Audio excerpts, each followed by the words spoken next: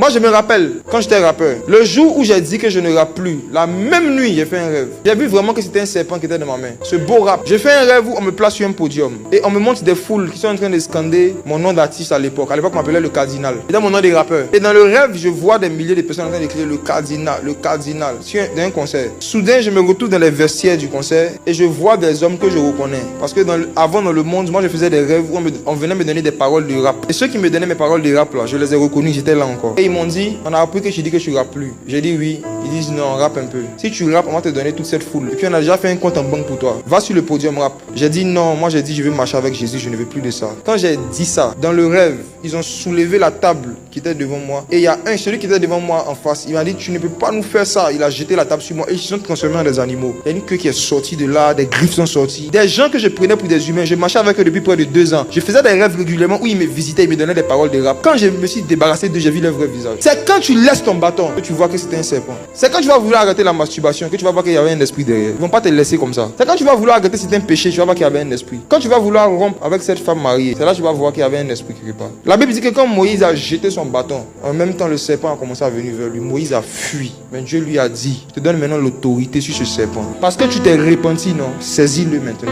Ce qui autrefois te faisait fuir va devenir une âme d'évangélisation. Ce qui te faisait honte là, tu vas prendre ça pour prêcher que Jésus t'a délivré. Ton ancien serpent va devenir ton nouveau micro d'évangélisation. Les péchés dont tu avais honte de confesser, maintenant tu vas parler de ça publiquement comme un témoignage.